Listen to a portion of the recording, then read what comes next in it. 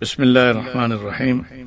حضرت عبداللہ بن عمر رضی اللہ تعالی عنہ سے روایت ہے کہ رسول کریم صلی اللہ علیہ وسلم نے ارشاد فرمایا کہ ایک عورت نے بلی کو باندھ رکھا تھا، نہ اس کو کھلاتی تھی، نہ پلاتی تھی، نہ چھوڑتی تھی۔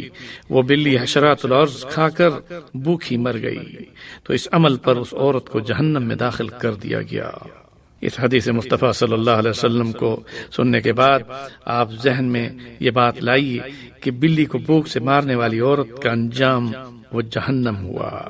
رسول اکرم صلی اللہ علیہ وسلم نے ارشاد فرمایا کہ میں نے جہنم میں دیکھا کہ وہ بلی اس عورت کو نوچ رہی ہے۔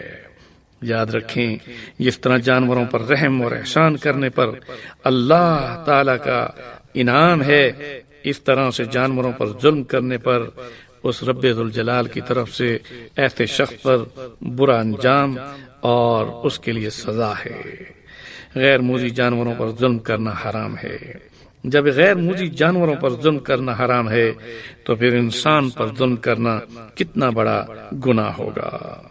اس لیے رسول اکرم صلی اللہ علیہ وسلم نے فرمایا، وہ لوگ اللہ تعالیٰ کی رحمت خاص سے محروم رہیں گے جن کے دلوں میں دوسرے آدمیوں کے لیے رحم نہیں، اور جو دوسروں پر ترس نہیں کھاتے ان پر ترس نہیں کھایا جائے گا۔ رحم کا مادہ یہ انسانی فطرت ہے، مگر یہ اس شخص کے دل سے نکال دیا جاتا ہے جو بدبخت دل ہو۔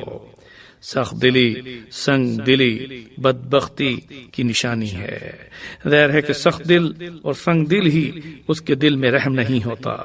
حضرت ابو ہریرہ رضی اللہ تعالی عنہ سے روایت ہے کہ ایک شخص نے اپنی قساوت قلبی، سخت دلی کی شکایت رسول اکرم صلی اللہ علیہ وسلم کی ذات اطہر سے آ کر کی۔ رسول اکرم صلی اللہ علیہ وسلم نے ارشاد فرمایا کہ تمہارے دل میں جو قساوت قلبی ہے اس کو دور کرنے کا یہ ایک طریقہ ہے کہ یتیم کے سر پر ہاتھ پھیرا کرو، مسکین کو کھانا کھلایا کرو۔ بہرحال یتیم کے سر پر ہاتھ پھیرنا، مسکین کو کھانا کھلانا، جذبہ رحم کے آثار اس سے پیدا ہوتے ہیں۔